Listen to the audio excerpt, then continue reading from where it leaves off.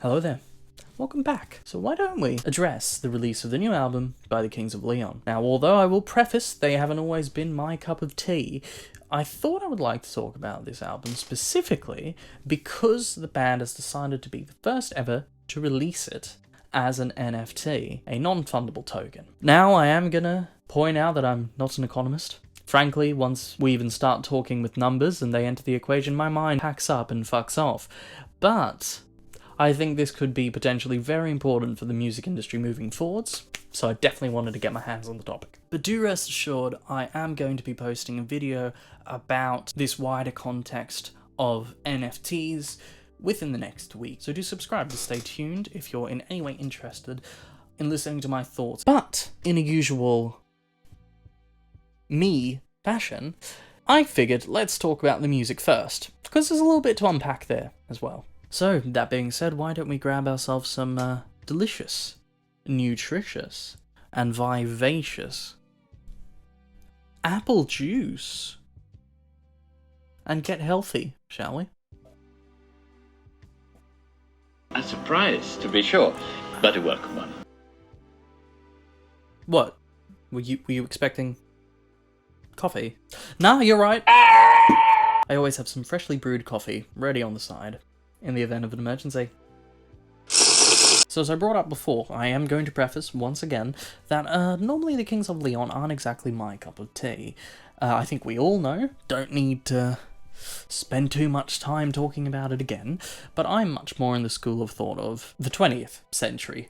Rock and roll, from anything to blues, jazz, funk, or really anything prior to the year 2003. So my exposure to new age rock bands has been limited and very sparse, to say the least. And amid those bands that actually managed to stand out to me, like Linkin Park, The Heavy, and the Black Keys, for example, or even the Queens of the Stone Age, the Kings of Leon, for me personally, never exactly distinguished themselves too much from the crowd. So going into this album, I was expecting something very comfortable that, just fits within their style and that they have fun playing and they can go with some fun music you can bop your head along to and just leave it at that. But I was very pleasantly surprised in that regard. The album, in my opinion, had a good level of honesty to itself, some degrees of pensiveness, and there was obviously quite a bit of attention to detail with regards to the layering of the music itself. So I would argue that it was in no way bland or pandering. It was just honest music. I felt it very evident that the band made an attempt to come up with something a little bit different, and I really appreciated that. That was excellent. And I think that this album was highlighted by a couple of little gems within the track list, such as Golden Restless Age, which was a track that kind of surprised me. This particular song had a really groovy little guitar riff that kept on coming in and out of the scene, while the drums mostly just carried the song, giving it a bit of energy and a bit of attention. And I thought that was quite a bit of a positive, because it was offering a little bit of variety within the context of my listening up to that point. The Bandit was also a banging little song. It wasn't anything too complicated, for the love of God, but again, I've made it obvious, I love punk, I love rock, I love blues, I love simple music for the sake of simple music, so that in no way, in my opinion, is a point of contention. Frankly, I quite liked the little melody and the motif that kept on ringing in and out of the song. I couldn't help but pick up the guitar and try to figure out what was going on there. I think it was something like this.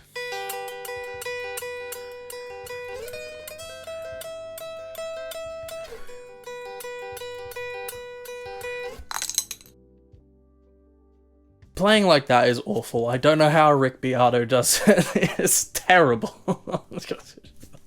But all in all, the Bandit was a fun little song, had some energy to it. It still had some tasteful layering behind it, which didn't make it just a throwaway tune for me. And then Stormy Weather was a song which I believe encapsulates the general feeling of the album. Its mission statement, if you will, where all the elements which were teased in the set list up to that point, I believe were just expanded upon and put in a vacuum in a really deep and pensive piece of music, where Followill's vocals just kind of shine through, yet I can still make out what the other instruments are doing, and I just find it a tasteful song, a very honest piece of work. And you may have just heard me kind of hint at some motifs, at some general tendencies that were going on throughout the album up to the point where I heard these songs, and I really appreciated the use of layering, using elements such as echoey, distant vocals in opposition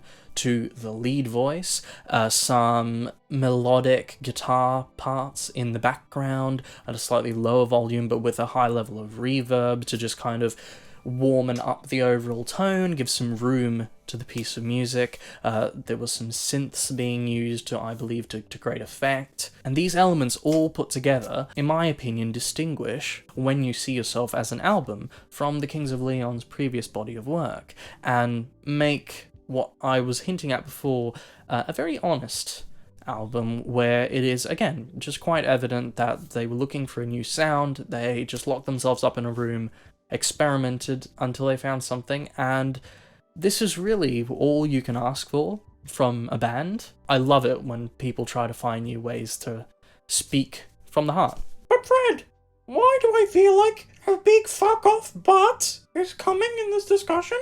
And for those of you keen-eye observers, such as my friend Rory here, you may have felt it coming. The but. I've sung the praises of this album so far, but in the beginning of the video I did preface that there were some elements that I didn't exactly love. And these happen to be those keys, those synths, those guitar parts, those layering elements that I just sung the praises of. I listened to the album start to finish 5-6 times to develop my thoughts and opinions, and in listening to the album this way, all these little tools to expand the music were being used in almost every song. So the constant exposure to these creative choices really kicked me out of it at some point. So instead of being a tasteful element to kind of lift the music and add depth at the same time, I ended up just becoming numb to it at a certain point, which is really why the 3 songs I mentioned earlier ended up standing out. In these particular songs, the drums maybe took over and had a little bit more energy, or maybe the guitar was more interesting, or the vocal kind of took over and commanded my attention. So I really think that this implementation of these new sounds was a bit of a double-edged sword. It came with the benefit of lifting and expanding upon some ideas which were quite interesting for most of the album, but listening to the music start to finish, I just kind of got kicked out of it at a certain point. So it didn't work for me the whole time. Now, this is in no way to say that each individual piece of music was bland. I'm very much convinced, especially in the first 2 listens, that each and every individual song functions very well and at a relatively high quality as just a fun piece of music on its own. But this gets me into my main criticism of the album itself. After talking about Nick Cave's album, after talking about Physical Graffiti last week, and always sort of being in this dimension of years past, my way of understanding an album is not just a generic mix and mash of songs as you would just stick in a playlist on Spotify. It's more the artist making an active choice to round up their music within the confines of one album and to then select an order to play them in. There's a reason behind where all these songs are placed. So this element of a musical journey, in a way, kind of fell flat for me in this particular album, and this entire point of contention I had was about to get blown out of the water with the song Echoing, as I felt like the percussion was starting to really pick up, the energy was raising, and I thought that the really mellow feel, almost ambient even, that I was getting from those beginning 10 tracks were building up to this climax.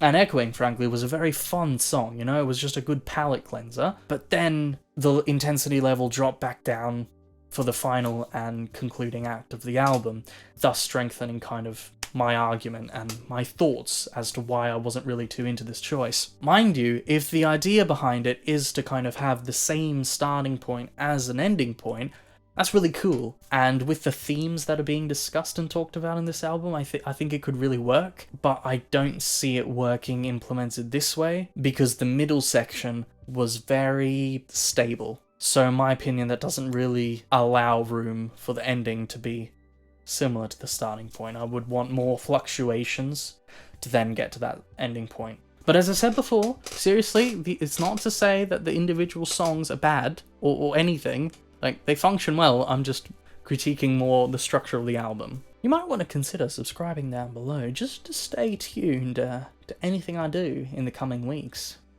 Could be fun! But that being said, I do think that the best way to close off my thoughts and to close off my arguments is to bring up the general themes.